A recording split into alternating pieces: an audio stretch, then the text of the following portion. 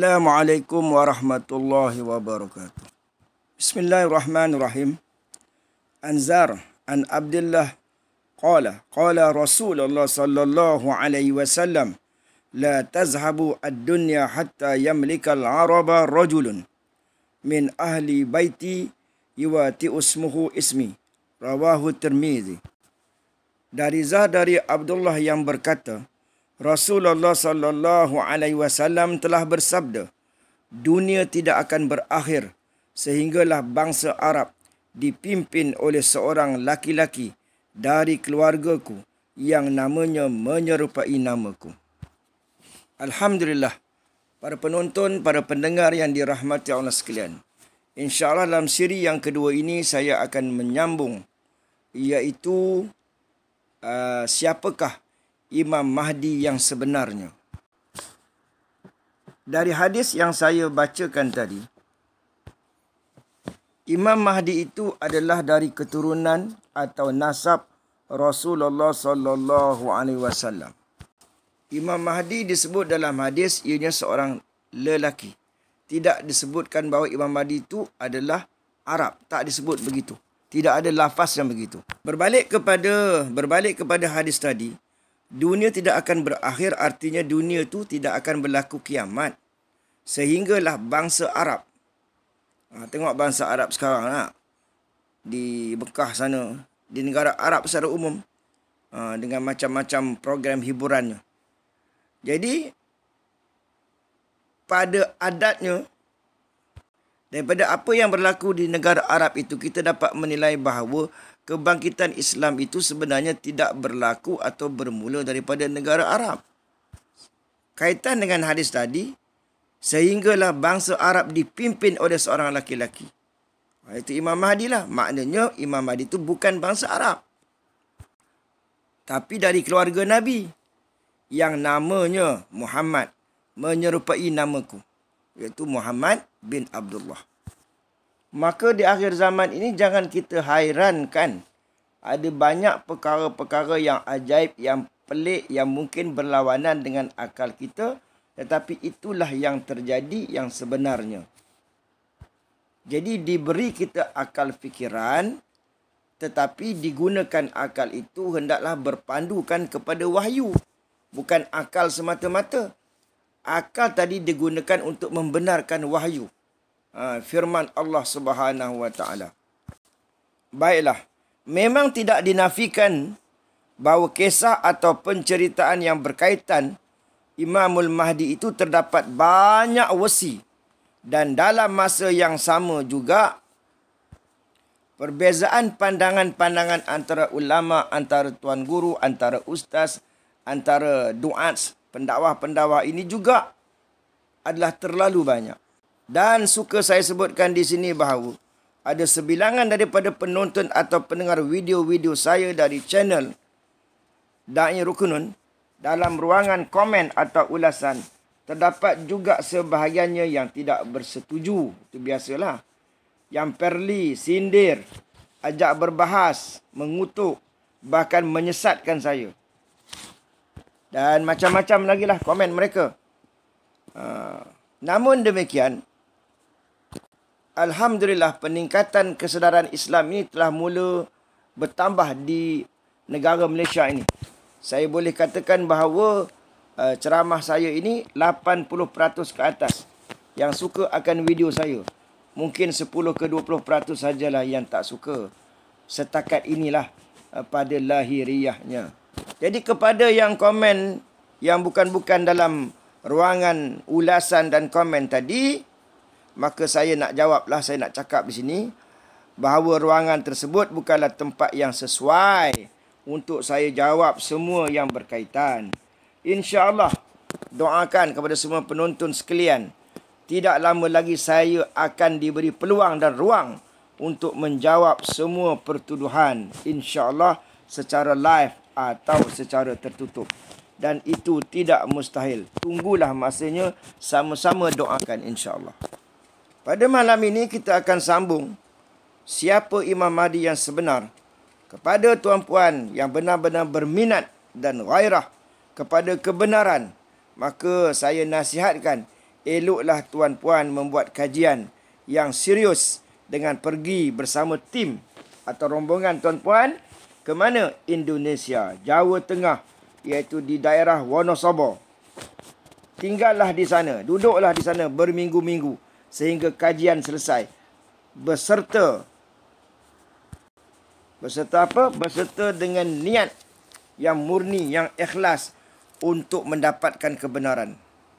Dan tinggallah di sana sehingga akhirnya nanti tuan-puan insya-Allah mendapatkan bukti-bukti yang nyata dan bandingkan dengan kuliah yang saya sampaikan ini benar atau sebaliknya. Dan saya yakin kebenaran itu akan terbukti dengan apa yang saya perkatakan ini. Sekali lagi kepada orang awam dan para pendengar serta penonton yang baru mengikuti video saya atau channel saya, Da'i Ruknun, saya mengharap tolonglah jangan mudah melatah. Jangan tengok satu tak habis. Tengoklah daripada berapa siri, dah beratus-ratus siri, ikutilah dengan sabar, buat catatan, tak faham tanya elok-elok insya-Allah. Dan saya tegaskan di sini bahawa Imam Mahdi Wasifata Tamimi melalui apa yang saya sampaikan dalam video ini adalah benar. Saya ulangi lagi, benar, benar, benar, benar, benar, insya-Allah. Untuk membetulkan keadaan yang telah lama berlaku, tuduhan demi tuduhan berpuluh-puluh tahun, memanglah bukannya sesuatu yang mudah.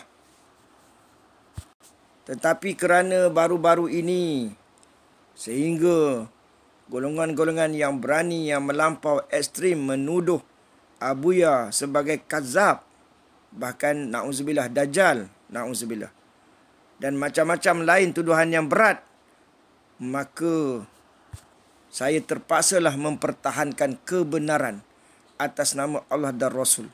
Sebab itu saya buat video-video ini insya-Allah untuk kebaikan umat Islam, khususnya dalam negara kita insya-Allah. Saya juga mengharapkan golongan yang menjadi musuh kebenaran, musuh Islam, musuh kepada Abuya ini supaya segera bertaubat nasuha sebelum tiba hari kematian. Kesian sungguh kalau mati tak sempat bertaubat. Dan sesiapa yang menuduh tetapi bukan yang sebenar, maka bersedialah kita untuk menerima azab yang sangat dahsyat, yang sangat perit di akhirat kelak, insya-Allah. Baiklah, kita mulakan sekarang bahawa Imam Mahdi yang sebenar-benar itu namanya Muhammad bin Abdullah. Itu adalah fakta sepatutnya semua orang tahu. Tetapi Imam Mahdi yang disebut oleh Abuya itu, yang dilahirkan di Wonosobo itu, namanya konon-kononnya adalah Muhammad As-Suhaimi bin Abdullah. Maka terang-terang itu bersalahan dengan Imam Mahdi yang nama sebenarnya Muhammad bin Abdullah. Maka saya nak ceritakan supaya tuan-tuan yakin di mana letak duduk perkara yang sebenarnya. Ustaz Muhammad Rusdi Yusof, tuan-tuan kena carilah maklumat ni. Di dalam kitab tulisannya yang bertajuk Darul Arkam, Antara Kebenaran dan Kekeliruan, telah cuba menunjukkan pada muka surat 46 bahawa nama Syekh As-Suhaimi itu yang sebenarnya ialah Muhammad Suhaimi bin Abdullah, bukan Muhammad bin Abdullah As-Suhaimi. Ini fakta ni, dengar elok. Dia menuduh, dia punya faham, kaji tak habis. Faham dia tu, yang di Wonosobo tu, yang Abuya kata Imam Mahdi itu, dia kata nama dia Muhammad Suhaimi bin Abdullah, bukan Muhammad bin Abdullah As-Suhaimi. Lalu ia pun menunjukkan tulisan asal yang difotokopi di muka depan Manaqib Jawa karangan Syekh Fadullah Suhaimi, yang katanya itulah manaqib yang asal, yang tiada penambahan dan penyelewengan. Kerana di situ ada tertulis Manaqib Al-Arif Billah Kiai Agong Muhammad Suhaimi bin Abdullah. Dan di bawah muka surat itu ditulis tarikh dicap kitab itu, iaitu tahun 1349 Hijriah. Jadi benda ini tuan-tuan, kena kaji, itulah kata, kena kaji dengan adil, dengan saksama, detail, kaji betul-betul, serius, bukan lebih kurang.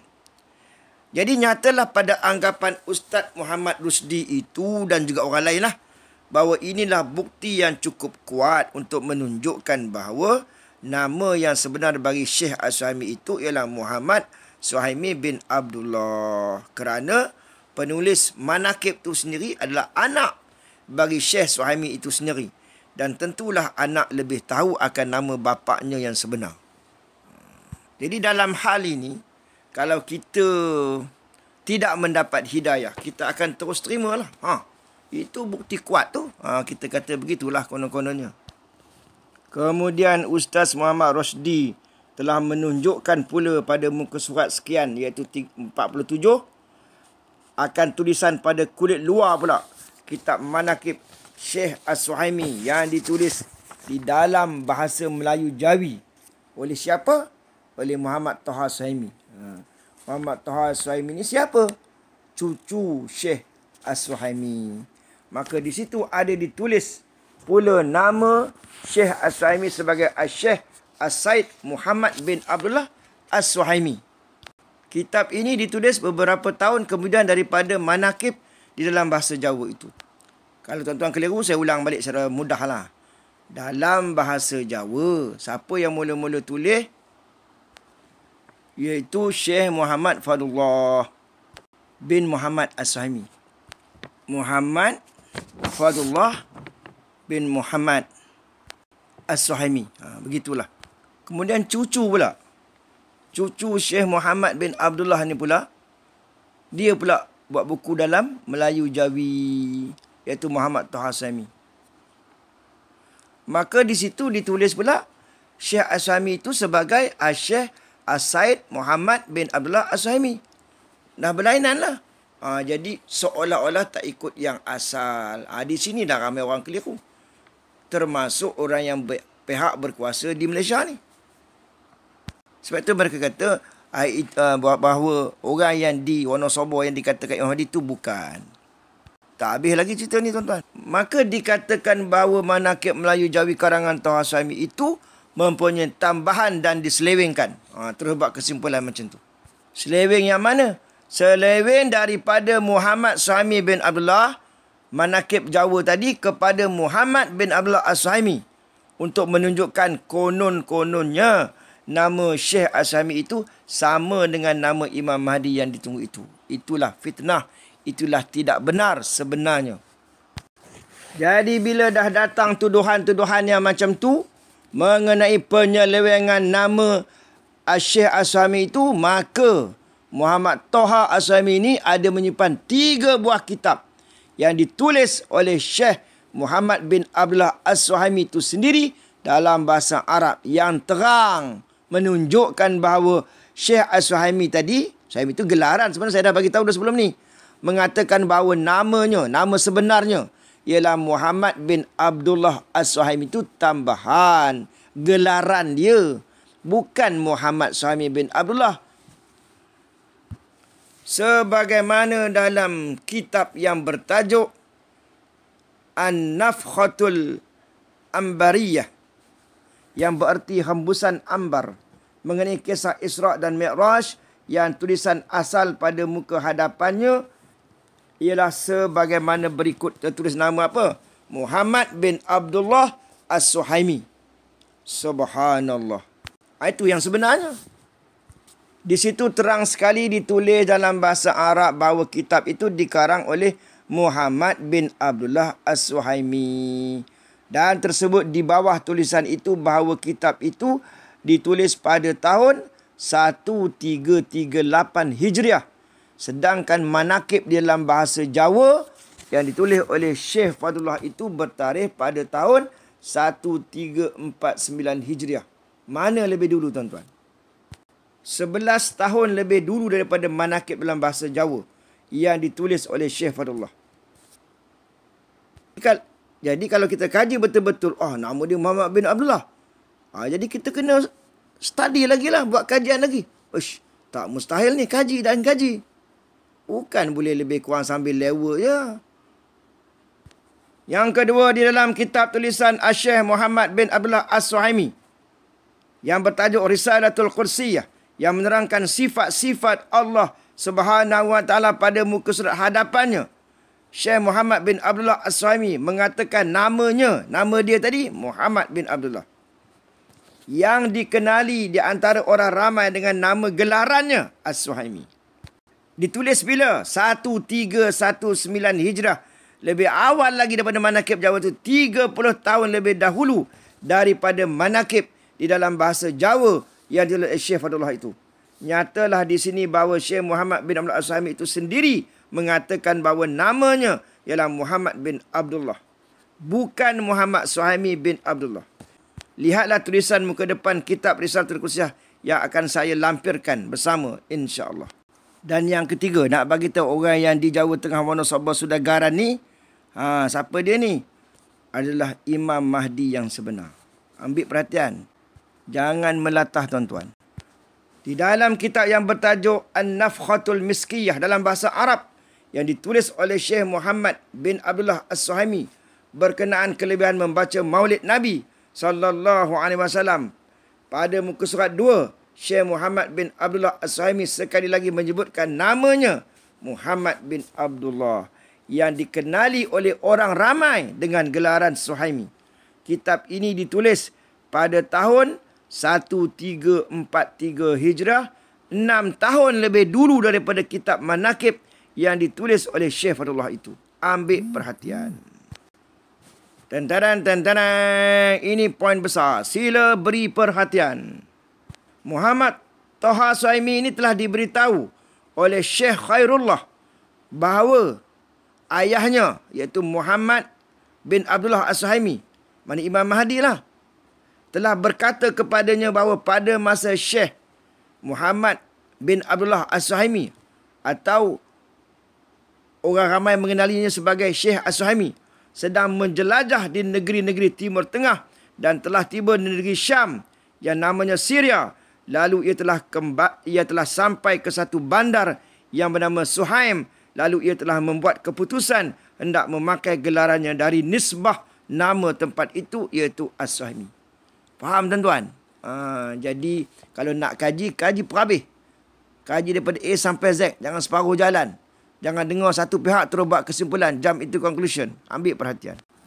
Dan lagi,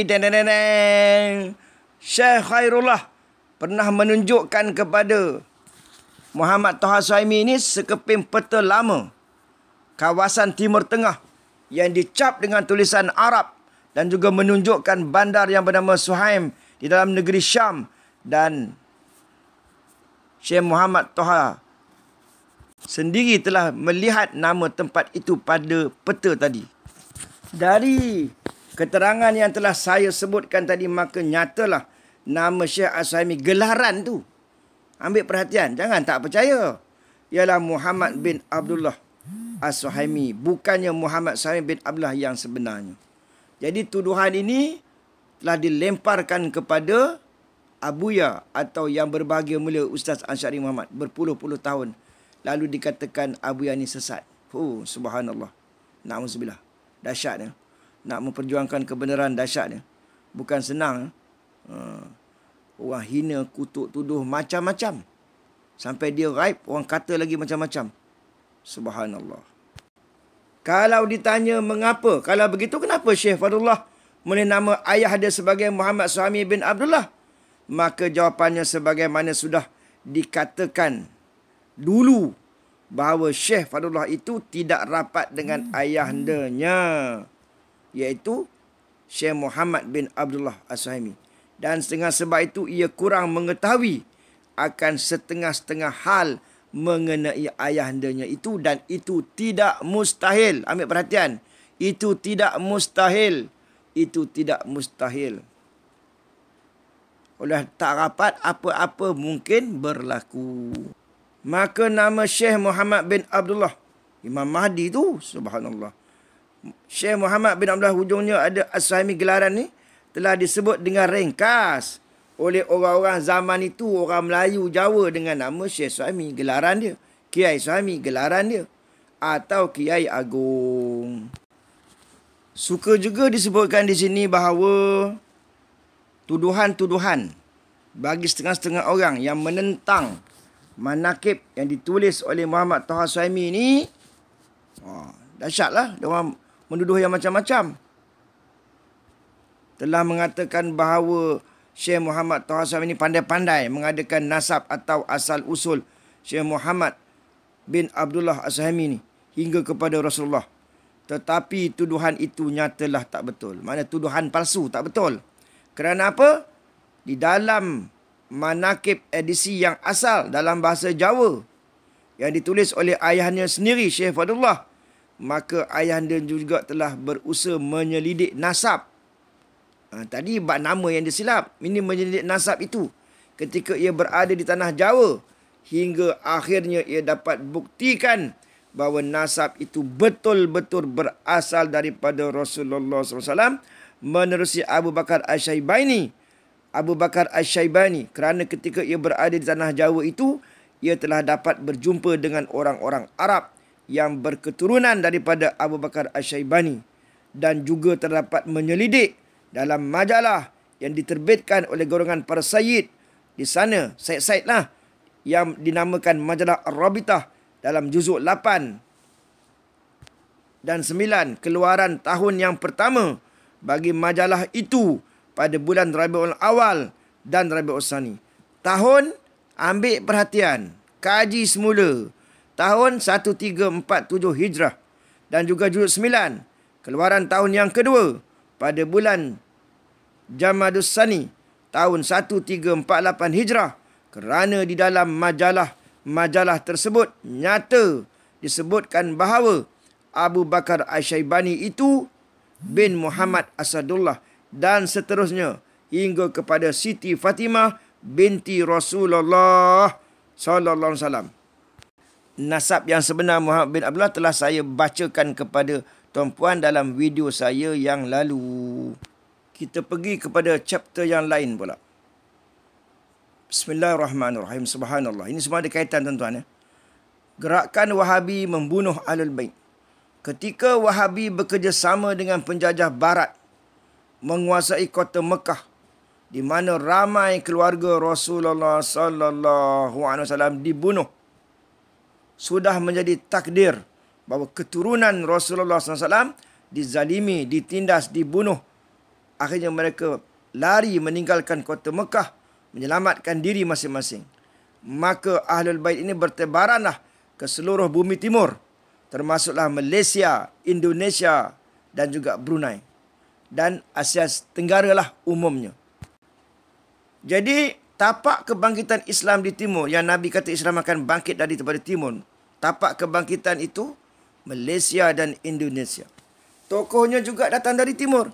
Ialah bila Islam bangkit daripada timur, takkan tokohnya datang daripada Jerman, daripada Amerika. Datang daripada timur jugalah. Tokohnya datang dari timur. Dari mana? Dari Pilin, kampung Abuya, yang berbahagia mulia Ustaz Asy'ari Muhammad. Kenali dia. Syekh Imam Asy'ari Muhammad At-Tamimi, Negeri Sembilan. Pada zaman Lebay Ibrahim, Syekh Lebay Ibrahim, bapa saudara dia. Bapa saudara Abuya. Adapun Imamul Mahdi sebenar, nama dia siapa? Dah saya sebutkan dulu kan? Muhammad bin Abdullah bin Umar bin Abdul Rahim bin Abdul Karim. Nak cerita ni. Jadi, datuk kepada Imamul Mahdi yang bernama Umar atau Syekh Umar atau Said Umar Sutodrono. Lagi sekali, Muhammad bin Abdullah bin Umar atau dikenali sebagai Syekh Umar atau Said Umar Sutodrono. Beliau datang dari Arab, keturunan Nabi Muhammad sallallahu alaihi wasallam, datang ke Indonesia tahun 1820 bersama ayahnya siapa? Syekh Abdul Rahim, sebagai pedagang sekaligus menyebarkan agama Islam. Bertapak di tanah Jawa pertama kali di mana? Di Yogyakarta. Ini semua sejarah. Sejarah ni nak tahu takkan nak buka hadis.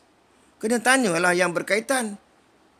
saudara mara, kaum kerabat yang punya diri. Begitulah cara nak mengkaji. Nama aslinya Umar. Pernah bercampur dengan orang Jawa, ditambah dengan Sutodrono.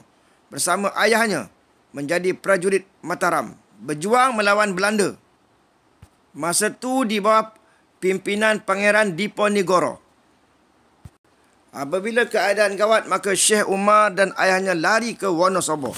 Bersembunyi di suatu tempat yang kini disebut sebagai Sudagaran. Hingga ada 6 anak dari isteri yang berasal dari Yogyakarta. Antara 6 anaknya itu bernama Yang Jami'. Dan Datuk yang berbahagia mulia Ustaz Asy'ari Muhammad ni pula. Datuk Abuya tu adalah Kiai Haji Ilyas, sepupu kepada Syekh Muhammad bin Abdullah As-Suhaimi, Imam Mahdi tadi. Dan moyang Abuya ni bernama Yang Jami' atau Jamilah, adalah anak perempuan sulung Syekh Umar. Sedangkan Abdullah ni siapa? Abdullah ni anak lelaki bongsu kepada Syekh Umar tadi. Yang Jami' tadi berkahwin dengan Tasliman. Ada dapat beberapa orang anak. Salah seorangnya bernama Ilyas. Ilyas ni siapa lagi sekali? Ilyas Datuk Abuya. Datuk Abuya ni sepupu kepada Syekh Muhammad bin Abdullah As-Suhaimi, Imamul Mahdi. Dan Ilyas ini mempunyai anak kembar pula. Salah seorang kembarnya nama Maimunah. Maka atas arahan Syekh Muhammad bin Abdullah As-Suhaimi ini, Maimunah dibawa ke Malaysia dan dikahwinkan dengan Muhammad. Muhammad ni siapa? Ayah kepada Abuya lah. Dan melalui pasangan ini lahirnya Asy'ari. Asy'ari Muhammad. Macam tu ceritanya. Macam tu nak kaji. Ambil pelbagai sumber. Buat kajian betul-betul. Jangan tuduh mudah-mudah. Kalau tuan-tuan dah menuduh daripada tak betul, Abuya ni sesat tak betul, memang tuan-tuan dah tuduh lama. Tak apalah juga. Dah tuduh tu lama. Tapi ceritanya kalau tak betul, rupanya Abuya ni betul-betul Fatah Tamimi dan Syekh Muhammad bin Abdullah As-Suhaimi itu benar-benar Imam Mahdi, tuan-tuan nak kata apa? Kuasa Allah Subhanahu Wa Ta'ala. Tuan-tuan nak kata apa? Sebab itu jangan mudah melata. Kita ini berada di akhir zaman. Jangan fitnah yang dahsyat-dahsyat. Saya nak juga bagi tahu bahawa makam Syekh Umar di mana? Di Wonosobo. Beliau ni adalah penasihat dulunya. Penasihat Pangeran Diponegoro. Dahsyat tu, jawatan tinggi. Beliau ni adalah datuk kepada Datuk Abuya. Dan beliau juga datuk kepada Syekh Muhammad bin Abdullah As-Suhaimi atau Imamul Mahdi. Dan saya nak ulang lagi. Harap-harap tak ada pening kepala. Harap-harap boleh faham.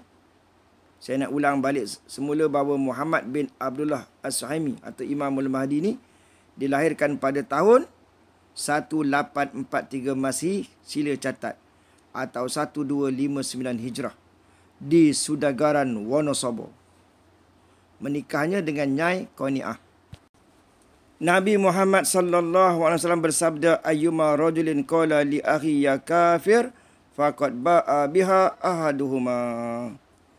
Barang siapa yang mengatakan kafir kepada saudaranya, maka akan berbaliklah tuduhan kafir itu kepada salah satu daripada keduanya. Apa maksud ini? Ini adalah antara lain jawapan Imam Ibn Hajar bahawa jika sesiapa menentukan seseorang sebagai Imam Mahdi, dia menentukan yang ni Imam Mahdi menurut kajiannya, tetapi ia tidak menuduh kafir kepada sesiapa yang tidak percaya kan. Dia kata si Fulan ni adalah Imam Mahdi, tapi siapa tak percaya dia tak tuduh kafir. Maka si penentu Al-Mahdi itu tidaklah kafir. Maka apa maknanya?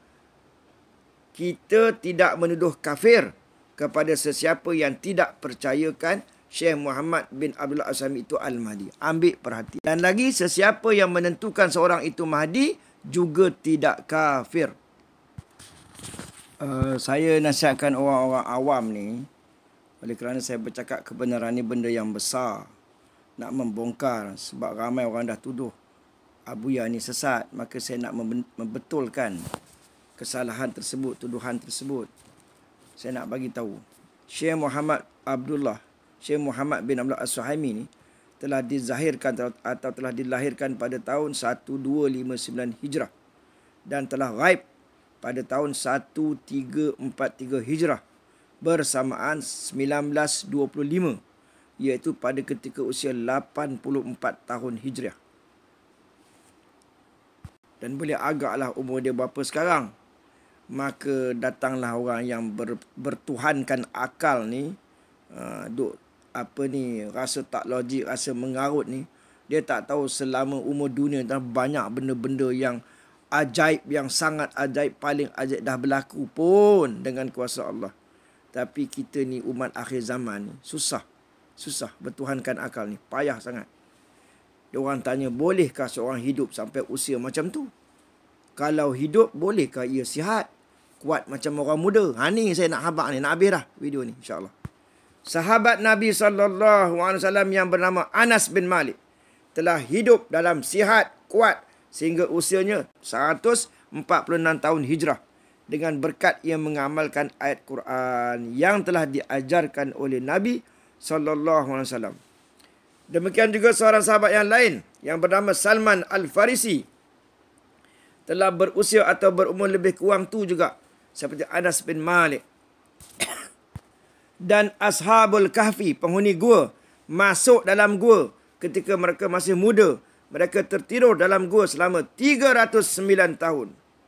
Dan apabila mereka sedar dan bangun daripada tidur itu, mereka dapati kemudaan mereka. Mudanya mereka itu tidak berubah. Riwayat ini disebut dalam Al-Quran pada surah Al-Kahfi. Demikian juga ulama ahli sunnah wal jamaah percaya bahawa Nabi Isa alaihi salam belum mati, bukan tak mati. Walaupun umurnya sekarang lebih kurang 1990 tahun Masihiyah atau 2000 tahun lah, nanti akan turun ke bumi. Subhanallah, maha kuasa Allah. Tengok tu. Jadi apa nak dihairankan? Dari itu tidaklah mustahil bahawa Syekh Muhammad bin Abdullah Imamul Mahdi ghaib dengan berkat karamahnya masih hidup hingga sekarang dalam sihat dan kuat walaupun telah berusia. Nanti bila zahir muda lah. Itu yang kata 40 tahun. Tapi yang kita faham zahir saja. Umur 40 tu hadis cakap. Memanglah hadis cakap. Itu pada zahirnya. Tapi tafsirannya, ada Quran, ada tafsirannya. Ada hadis, ada tafsirannya. Dan kesimpulannya, dengar ya tuan-tuan, dengar molek-molek. Sebab itulah tentera Imam Mahdi berapa, saya ulang ni banyak kali. Berapa ramai? 313 orang saja pada peringkat permulaannya. Kenapa tak ramai? Sikit saja. Sebab ramai kantoi bab tauhid. Tak yakin dengan kuasa Allah. Beriman hanya dengan lahiriah zahir saja. Oh, mati, masuk kubur, matilah. Itulah ada orang, sebab ada orang gagal untuk melayakkan diri. Salah satunya tauhid lah. Tak yakin kuasa Allah, tak percaya kuasa Allah, menghadkan kuasa Allah. Sedangkan nyata-nyata kisah Nabi Isa AS tu, disalib, orang nampak Nabi Isa AS, tapi tak wafat, rupanya ghaib. Sebab itu tuan-tuan, saya nak bagi tahu, hidayah itu bukan dalil. Dalil satu bab. Dalil Quran ke, dalil hadis ke. Hidayah lain. Hidayah ni petunjuk. Sebab itu ada orang yang alim tapi tak dapat hidayah. Hidayah tu mahal. Ada orang yang biasa-biasa je, orang miskin, susah, tapi dapat hidayah. Hidupnya berkat, mendapat rahmat, insya-Allah. Jadi tuan-tuan, saya mengharapkan diri saya, kita semua jangan sombong. Merendah diri, tawaduk. Kajilah tuan-tuan. Jangan mudah-mudah buat kesimpulan. Oh, ini mengarutlah, apa itulah, begini macam-macam tuduhan. Terutamanya ke atas Fatah At-Tamimi, Abuya, yang berbahagia mulia Ustaz Ansyari Muhammad. Dia belum mati. Bukan tak akan mati, belum lagi mati. Pasal apa belum mati? Sebab dia Fatah At-Tamimi. Dia akan panjang usia dan akan serah kuasa pada Imamul Mahdi. Ingat ya, bukannya mati, belum mati. Dia ghaib tuan-tuan. Sekian. Assalamualaikum warahmatullahi wabarakatuh.